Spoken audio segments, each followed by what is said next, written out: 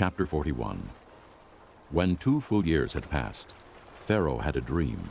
He was standing by the Nile when out of the river there came up 7 cows, sleek and fat, and they grazed among the reeds. After them 7 other cows, ugly and gaunt, came up out of the Nile and stood beside those on the river bank.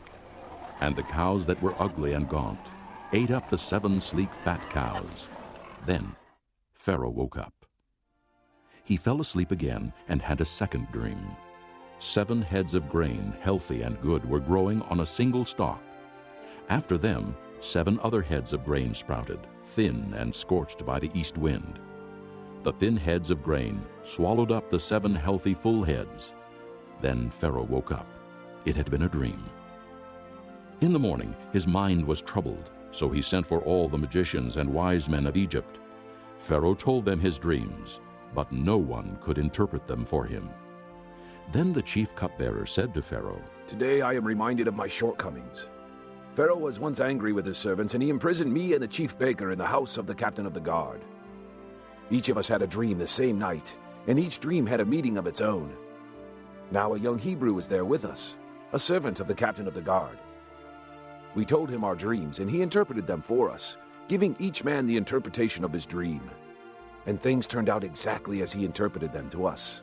I was restored to my position, and the other man was hanged." So Pharaoh sent for Joseph, and he was quickly brought from the dungeon. When he had shaved and changed his clothes, he came before Pharaoh. Pharaoh said to Joseph, "I had a dream, and no one can interpret it, but I have heard it said of you that when you hear a dream, you can interpret it." "I cannot do it," Joseph replied to Pharaoh. "but God will give Pharaoh the answer he desires." Then Pharaoh said to Joseph, "In my dream, I was standing on the bank of the Nile, when out of the river there came up 7 cows, fat and sleek, and they grazed among the reeds. After them 7 other cows came up, scrawny and very ugly and lean. I had never seen such ugly cows in all the land of Egypt. The lean, ugly cows ate up the 7 fat cows that came up first. But even after they ate them, no one could tell that they had done so. They looked just as ugly as before. Then I woke up. In my dreams, I also saw 7 heads of grain, full and good, growing on a single stalk. After them, 7 other heads sprouted, withered and thin and scorched by the east wind. The thin heads of grain swallowed up the 7 good heads. I told this to the magicians, but none could explain it to me." Then Joseph said to Pharaoh, "The dreams of Pharaoh are one and the same. God has revealed to Pharaoh what he's about to do. The 7 good cows are 7 years, and the 7 good heads of grain are 7 years. It is one and the same dream. The 7 lean, ugly cows that came up afterward are 7 years, and so are the 7 worthless heads of grain scorched by the east wind. They are 7 years of famine. It is just as I said to Pharaoh. God has shown Pharaoh what he's about to do. 7 years of great abundance are coming throughout the land of Egypt, but 7 years of famine will follow them. Then all the abundance in Egypt will be forgotten, and the famine will ravage the land. The abundance in the land will not be remembered, because the famine that follows it will be so severe." The reason the dream was given to Pharaoh in 2 forms is that the matter has been firmly decided by God, and God will do it soon. And now, let Pharaoh look for a discerning and wise man and put him in charge of the land of Egypt.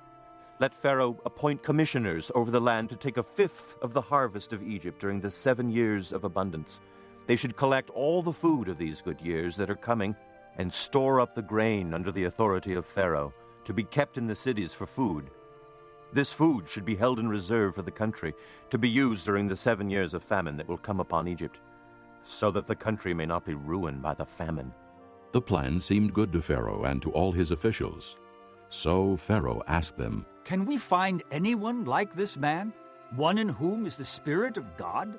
Then Pharaoh said to Joseph, "Since God has made all this known to you, there is no one so discerning and wise as you. You shall be in charge of my palace. and all my people are to submit to your orders. Only with respect to the throne will I be greater than you. So Pharaoh said to Joseph, I hereby put you in charge of the whole land of Egypt. Then Pharaoh took his signet ring from his finger and put it on Joseph's finger. He dressed him in robes of fine linen and put a gold chain around his neck. He had him ride in a chariot as his second in command, and men shouted before him, Make way! Thus he put him in charge of the whole land of Egypt. Then Pharaoh said to Joseph, I am Pharaoh, but without your word, no one will lift hand or foot in all Egypt. Pharaoh gave Joseph the name Zaphenath-Paneah, and gave him Asenath, daughter of Potipherah, priest of On, to be his wife. And Joseph went throughout the land of Egypt. Joseph was 30 years old when he entered the service of Pharaoh, king of Egypt.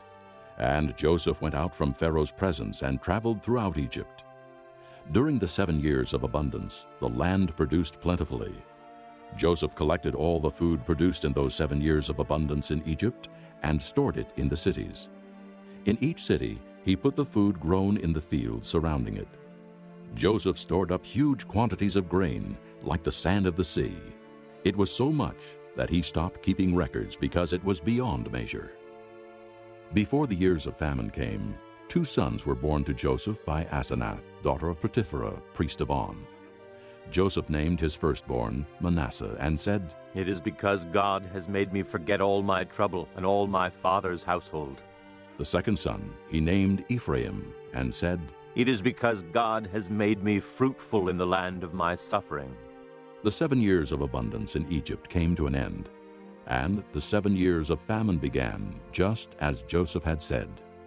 There was famine in all the other lands, but in the whole land of Egypt there was food.